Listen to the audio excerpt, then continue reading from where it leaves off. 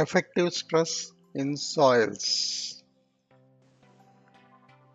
Effective stress. The principle of effective stress.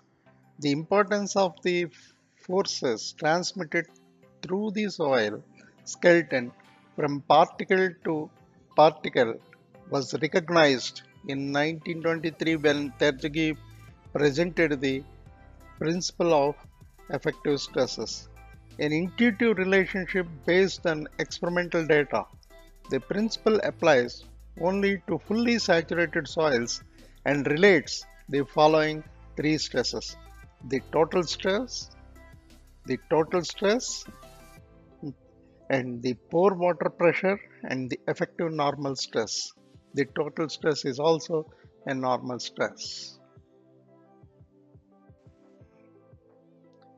Total normal stress generated by mass in the soil body, calculated by sum up the unit weight of all the material, soil solids, water, etc., multiplied by soil thickness or depth, denoted as P0.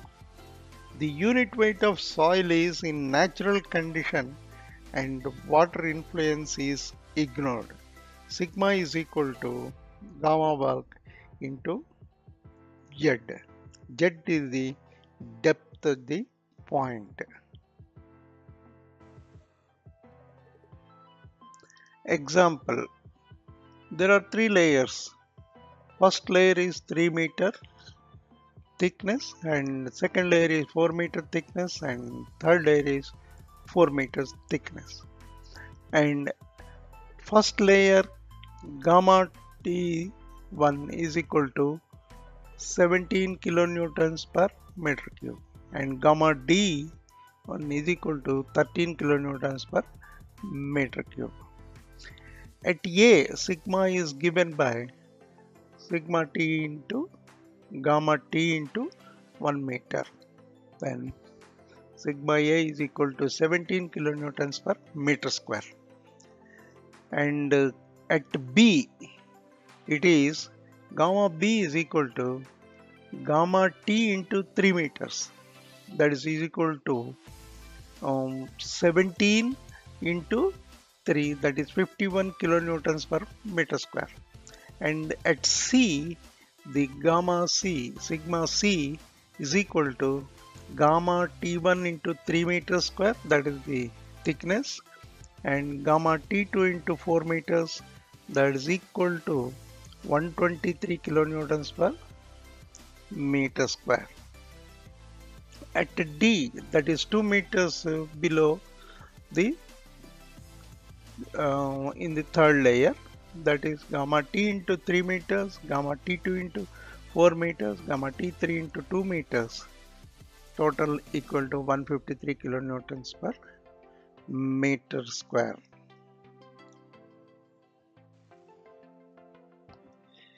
Effective stress is sigma dash is equal to sigma minus U. Sigma is equal to gamma total into Z and U is equal to gamma W into Z.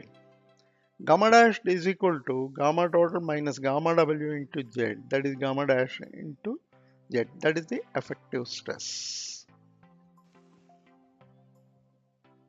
Example, the two layers are there, one is sand and another one is underlying clay, and up to 2 meters, that is H1 2 meters, it is a dry sand, and from that H2 it is saturated sand.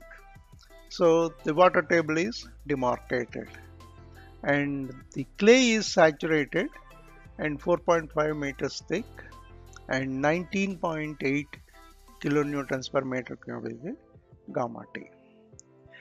Then the workout is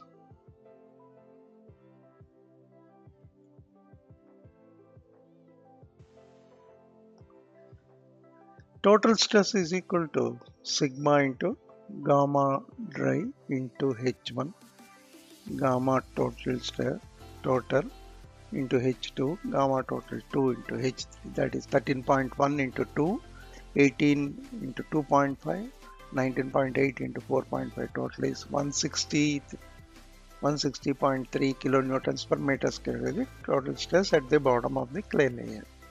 The pore water pressure is gamma W into H2 plus H3. H2 plus H3 is 2.5 plus 4.5, that is 7. So 10 into 7 is 70 kilonewtons per meter square is the pore pressure. That's the pressure due to water. Effective stress is equal to 160.3 minus 70 is equal to 90.3 kilonewtons per meter square is the effective stress at the bottom.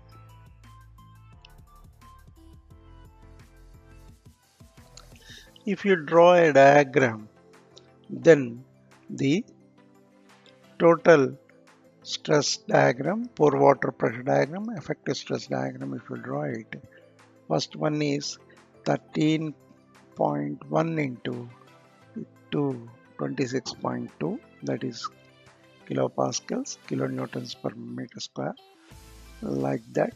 From the bottom, from below 2 meters, that is minus 2 meters below ground level, then it is 2.5 into 10 and 25, like that, total 70, 160 minus 70, 90. It is a self-explanatory profile of vertical stress showing in the above example.